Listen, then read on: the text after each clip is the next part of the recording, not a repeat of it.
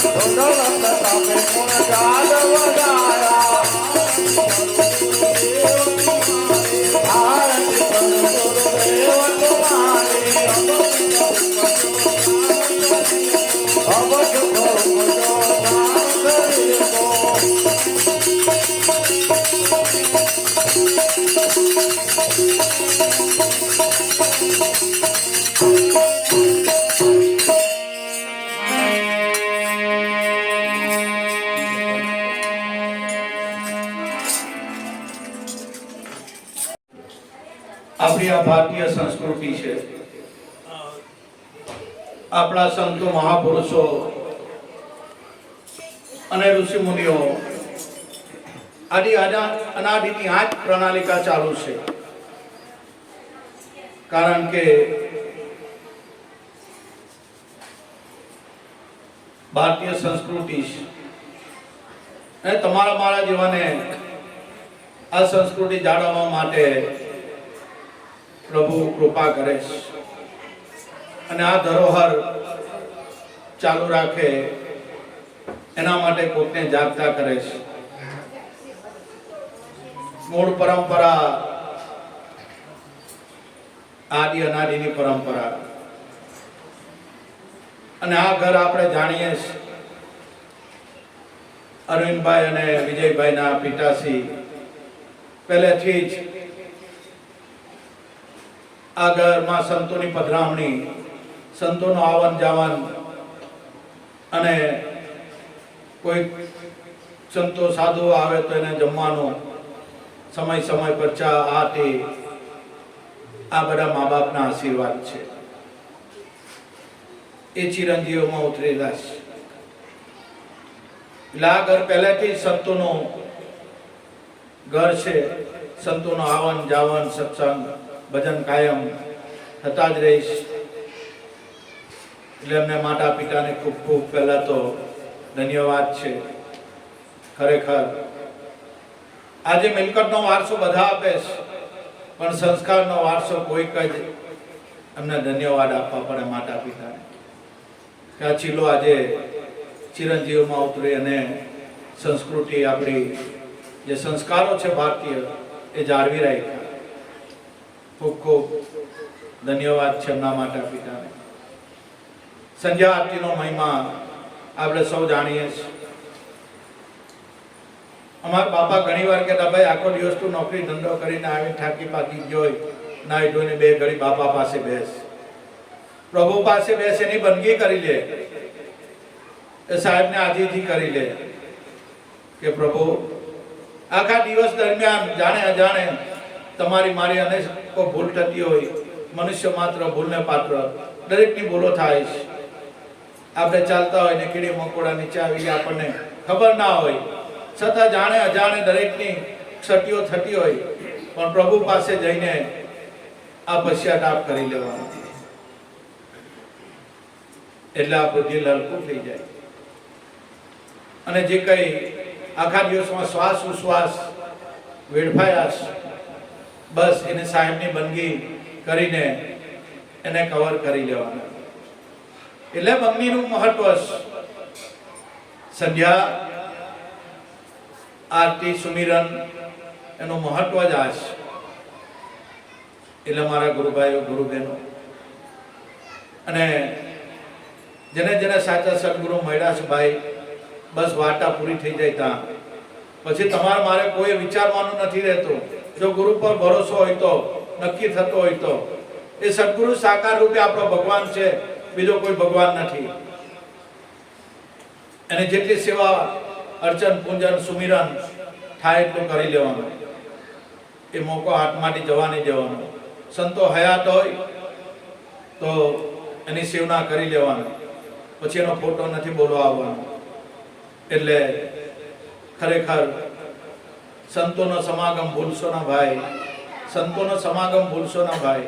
અંત વેળાની સાચી સગાઈ માટે સદા સેવો સાચા સંતોને. સંતો બહુ ઉપકારક હોય ભાઈ, આપણે પહેચાની નથી શકતા, આપણી ઘરે વાત ઉતરે એવી નથી, પણ ના પાવલા પકડી લીધા તો વાત પૂરી થઈ જાય. કારણ કે સંત પૂજાવે ગુરુ પૂંજ, ગુરુ કહે સંત પૂંજ, આમને સામને પૂંજતા પડી અગમ કી સૂઝ. જો આ રીતે મેળ પડી જાય ને આપણો ભાવ હોય તો સદગુરુ કૃપા કરીને આપણને એનો કોન્ટેક્ટ કરી આપે. બસ એ જાણી લેવા જેવું છે. આપણો ભાવ પ્રેમ હોય, ઈશ્વર પ્રાપ્તિ માટે તલપ હોય, ઉત્કંઠા હોય, જિજ્ઞાસા હોય તો કોઈ સાચા સંતોને મોકલી આપે. બસ આપણે ઓળખી લેવાના. એટલે જોદર સંધ્યા આરતી અને ગુરુ વિશે કઈ કહેવાય એવું જ નથી ભાઈ. એના વિશે આપણા શબ્દો ટૂંકા પડે. એટલે મારા બાપા કહેતા કે ભાઈ જબાન ટૂંકી પડે, શબ્દો નથી આપણી પાસે. જો ગુરુને સેવેલા હોય તો ગુરુ સાક્ષાત પરબ્રહ્મ જ છે. એટલે સંતો કહી ગયા કે ગુરુર બ્રહ્મા ગુરુર વિષ્ણુ ગુરુદેવો મહેશ્વરા ત્વમેવ વિદ્યા દ્રવિણાં ત્વમેવ સર્વમમેવ દેવ ઓંકાર બિંદુ સંયુક્તં નિત્યં ધ્યાયન્તિ યોગિનઃ કામદં મોક્ષદં ચૈવ ઓંકારાય નમો નમઃ. જ્ઞાનમૂલં ગુરુમૂર્તિ પૂજામૂલં ગુરુપદં મંત્રમૂલં મહાવાક્યં મોક્ષમૂલં ગુરુકૃપા. અનેકો સાધકનો પ્રશ્ન હોય, બધાના જ પ્રશ્ન છે કે બાપા મન સ્થિર નથી રહેતું, ધ્યાનમાં બેહું એટલે ઉઠાડી મૂકે, હું કરું, વિચાર બહુ આવે, સંકલ્પ વિકલ્પ આવ્યા જ કરે. હવે અમારે કરવું શું? આપણા સંતો મહાપુરુષો એનો તાગ કાઢી ગયા છે કે મનનો સ્વભાવ ચંચળ જ છે, તેમ મનનો સ્વભાવ શાંત પણ છે. મન ક્યારે શાંત થાય, મન ક્યારે ગુરુના બતાવેલા સતનામમાં લાગી જાય, એના માટે દ્રઢ અભ્યાસ દ્રઢ અભ્યાસ કરતા પહેલા બી ગુરુ પર ભાગવત ભાવ થવા જોઈએ. બસ મારા સદગુરુ એક પરિભ્રમ છે. બસ આ ભાવ જેને આવી જાય ને બીજું કે જે કઈ માહોલ આપણે રચાય છે ભજન કીર્તન સત્સંગ એટલે સંતોએ માર્ગ બતાવે છે કે ભાઈ હંમેશા ગુરુની સેવા કર, આશ્રમમાં જઈને સેવા કરવાની અને સત્સંગ કરવાનો. એનાથી આપણું મન નિર્મળ થાય, મનની એકાગ્રતા થાય અને મનને ખબર પડે કે આ નામ સ્મરણનું મહત્મય શું છે. ત્યારે મન નામમાં લાગે. આનાથી ગુરુની સેવા કરવાથી, સત્સંગમાં જવાથી આપણામાં એવા ગુણો પ્રગટ થાય. નમ્રતા, આધીનતા, શીલ, સંતોષ, દયા, આવા બધા ભાવો પ્રગટ થાય અને એ સેવના કરવાથી સેવા, સત્સંગ પછી નામ સ્મરણ કરીએ. બસ એમાં જે ગુરુ મહારાજે આપેલું ત્યાં લક્ષ આપે રાખવાનું તો ધ્યાન લાગી જાય. બાકી ધ્યાનનું મૂળ આપણા સદગુરુ છે. મૂળ વસ્તુ અહીંયા પડેલી છે. ધ્યાન ક્યાં કરું, ધ્યાન કોનું કરું, ધ્યાન કેવી રીતે કરવાનું એ સંતો પાસે જઈને સારી રીતે સમજી લેવાનું. કારણ કે સંતો આ દરેક વસ્તુની વાકેફ હોય છે એટલે ઉજાગર આપણને કરી આપે અને સેવાથી આપણામાં દાસ્ય ભાવ આવે, નમ્રતા આવે, આધીનતા આવે. આધીનતા આવે એટલે ભક્તિ આપ જ આવે. બસ ભક્તિ આધીનતાની, નમ્રતાની, વિવેક મર્યાદાની. સત્સંગ દ્વારા મનને જાણ થાય કે જે ગુરુ મહારાજે સતનામ આપેલું એનું આટલું બધું મહત્વ છે અને સિરિયસલી લઈ પછી એ મન નામમાં લાગે. બાકી ગમે એટલું આપણે કરવું પણ એ આ એક પ્રણાલિકા છે. જ્યાં સુધી આપણામાં નમ્રતા, આધીનતા આ બધા ગુણો પ્રગટ નહીં થાય ત્યાં સુધી મન ચંચળ જ રહેવાનું. પણ સત્સંગ દ્વારા એને નામની મહત્તા ખબર પડે પછી એ મન સતનામમાં લાગે. આ ધારા છે, આ પ્રણાલિકા છે. એટલા ધ્યાનમાં બેહાર તો ઉઠાડી મૂકે તમને મને બધાને. આ ચંચળ છે પણ નિર્મળ જ્યારે મન થાય. ગંગા સતી પાનભાઈને આ જ કહીશ કે નિર્મળ થઈને તમે આવો મેદાનમાં, બતાવો સદગુરુની શાન, જન્મવાનું મરવાનું પાનભાઈ તમારું પલમાં મટાડું અને કરાવું અવિનાશીની ઓળખાણ. તારા ઘટમાં જ અવિનાશી પરમાત્મા મોજૂદ છે પણ તને તારી ખબર નથી. કોઈ સાચા સદગુરુના પાવડા પકડી લે તો વાત પૂરી થઈ જાય. આપણા ઘટમાં જ છે પ્રભુ, એને કોઈ જગ્યાએ હોદવા નહીં જવાનું. ઘર બેઠા ગંગા. પણ જ્યારે જીવનમાં આવા સદગુરુ મળી જાય ને બસ ત્યારે આ વાત અહીંયા પૂરી થઈ જાય. એટલે મારા ગુરુભાઈઓ, ગુરુ બહેનો, સંતોને સેવી લેવાના. સંતોમાં અને ગુરુમાં કોઈ ફરક નહીં રાખવાનો. સાહેબ કબીર કહી ગયા છે અને કહે છે ભક્તોને કે જે આપણા ઘરની વાત કરતા હોય સંતો, આપણા લાઈનની વાત કરતા હોય સંતો, એ ધર્મદાસ એમાં મારું સ્વરૂપ નિહાળજો. સંતો અને હું જુદા નથી. આ સાહેબ કબીરના શબ્દો જે આપણા મૂળ અસલ દેશની વાતો સંતો કરતા હોય એનામાં મારું જ સ્વરૂપ નિહાળજે. હું એની અંદર પ્રગટ છું. એ બોલનારો એ પ્રગટ છે. બસ એના બીબાને નહીં જોવાનું, આ શરીરને નહીં જોવાનું. ગુરુ કોઈ શરીર નથી, કોઈ વ્યક્તિ નથી, એ શક્તિ છે. વ્યક્તિ તરીકે જો ગુરુને જોઉં તો ભવ ખોઉં. એટલે ગુરુ એક શક્તિ છે દિવ્ય, એ આત્માનું જ સ્વરૂપ છે. જો અનુભવ થઈ જાય તો ગુરુ સાક્ષાત પરબ્રહ્મ છે. એટલે મારા ગુરુભાઈઓ, ગુરુ બહેનો 2 મિનિટ સતનામનું સ્મરણ કરી લે, સાહેબને બંદગી કરી લે. બોલો સત્યગુરુ દેવ કી જય.